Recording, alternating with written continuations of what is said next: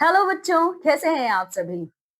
बच्चों, आज की हमारी इस हिंदी व्याकरण की कक्षा में हम हमारा अध्याय नंबर 1 जिसमें हम लोगों ने भाषा की चर्चा की थी, लिपि क्या होती है और वर्तनी क्या होती है।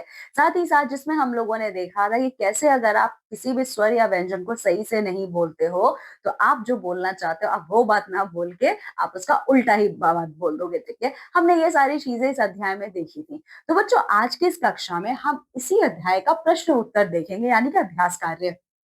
तो चलिए आइए अभ्यास कार्य करना शुरू करते हैं। तो बच्चों, अगर हम बात करें तो सबसे पहले देखिए हमें क्या करना है, नीचे दिए गए प्रश्नों के उत्तर आपको लिखना है यहाँ पे।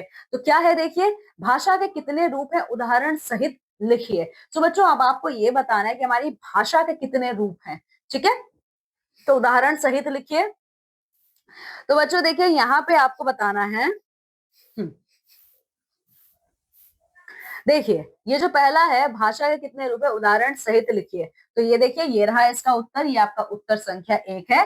भाषा के दो रूपों में, ठीक है, आप इस प्रकार से लिखेंगे, हमारी भाषा के दो रूप होते हैं। ठीक है, कैसे लिखोगे आप, भाषा के दो रूप होते हैं। तो ये देखिए, भाषा के दो रूप होते हैं। ठीक है, भाषा के दो रूप होते हैं। ठीक है, अब आपको बच्चों उदाहरण सहित लिखना है। तो उदाहरण सहित में आप बताओगे।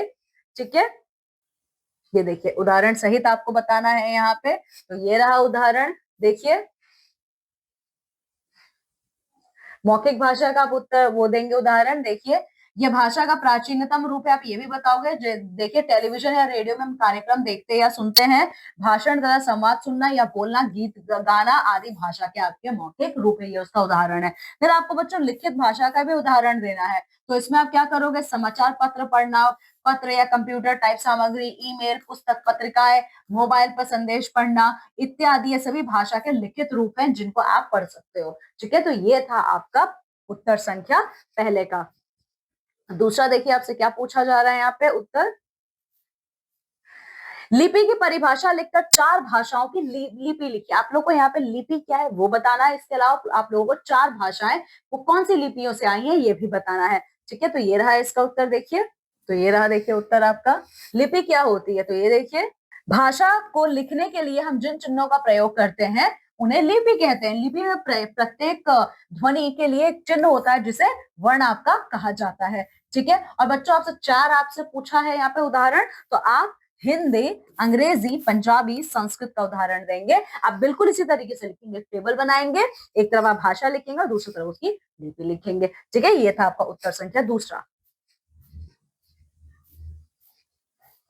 आगे देखिए, अष्टम अनुसूची में कितनी भाषाएं हैं उनके नाम लिखिए। तो अष्टम अनुसूची में हमारी 22 भाषाएं हैं। ठीक है, तो उनका नाम कौन कौन सा है, ये रहा देखिए।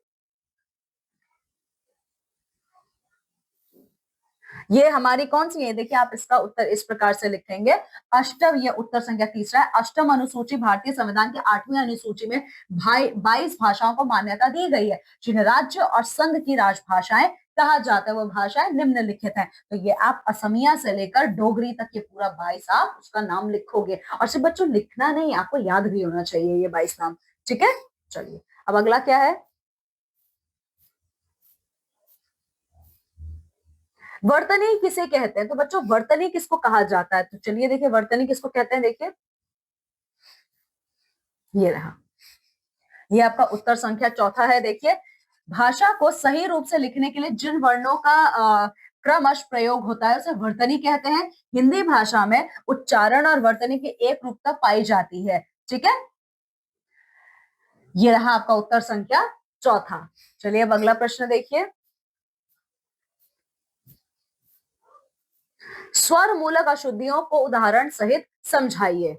तो आप लोग को स्वर मूलक अशुद्धियां बतानी है, उदाहरण के साथ आपको बतानी है। तो बच्चों ये रहा आपका उत्तर संख्या पांचवा। स्वर मूलक अशुद्धियां क्या होती है, देखिए स्वरों का उच्चारण अशुद्ध होने के कारण वर्तनी की अशुद्धियों को स्वर मूलक अशुद्धियां कहते हैं। इन अशुद्धियों को हम 5 वर्गों में बांट सकते हैं। तो बच्चों आप लोग को क्या करना है, ये जो पांचों है ना, आपको इसके बारे में बताना है। ठीक है, और आप इसमें एक एक कोई भी उदाहरण दे देंगे जो यहाँ पे लिखा है। ठीक है, तो ये था आपका प्रश्न संख्या पांचवा।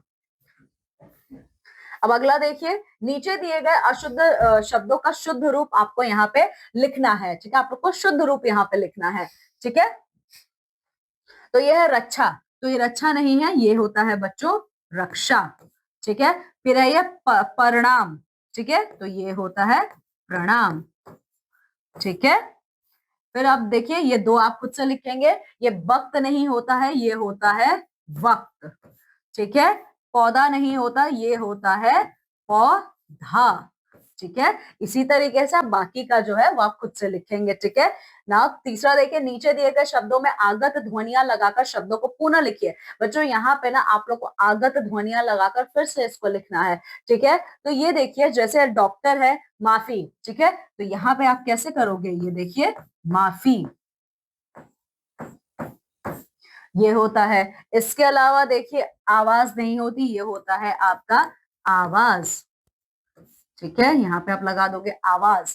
ठीक है, इसी तरीके से बच्चों आप बाकी का पूरा करेंगे यहाँ पे। ठीक है, फिर देखिए सहभागिता, सभी बच्चे मिलकर कक्षा में बोली जाने वाली भाषाओं की सूची बनाइए और उनकी लिपि लिखिए एवं अपनी मातृभाषा में अपना परिचय दीजिए। तो बच्चों आप सभी क्लास के बच्चों को क्या करना है, सब लोगों को मिलकर आप लोगों को जितनी भी भाषाएं बोली जाती है उन सबकी आपको एक सूची बनानी है, और सूची बनाने के बाद आपको ये भी करना है उनकी लिपि भी आपको बतानी है कि वो किस लिपि से आई है। ठीक है, इसके बाद आप लोग आपकी जो भी मातृभाषा है, आप लोगों की जो भी मातृभाषा है उसमें आप सभी लोग अपने कक्षा में आप अपना खुद का परिचय देंगे। ठीक है, फिर देखिए कला समेकित, जिसमें क्या करना है, अपने आसपास की वस्तुओं को ध्यान से देखिए और उनके शुद्ध रूपों की सूची बनाइए। आप अपने आसपास, आप कहीं पे भी हैं, आप अपने आसपास चीजों को देखिए और उनका सही रूप से सही शब्दों में उनके बारे में सूची बना के आपको यहाँ पे लिखना है। ठीक है, बच्चों ये था हमारा अध्याय नंबर 1 का प्रश्न उत्तर। ठीक है, आप सभी बच्चों को अध्याय को अच्छे से पढ़ना है, उसका पूरा प्रश्न उत्तर कार्य भी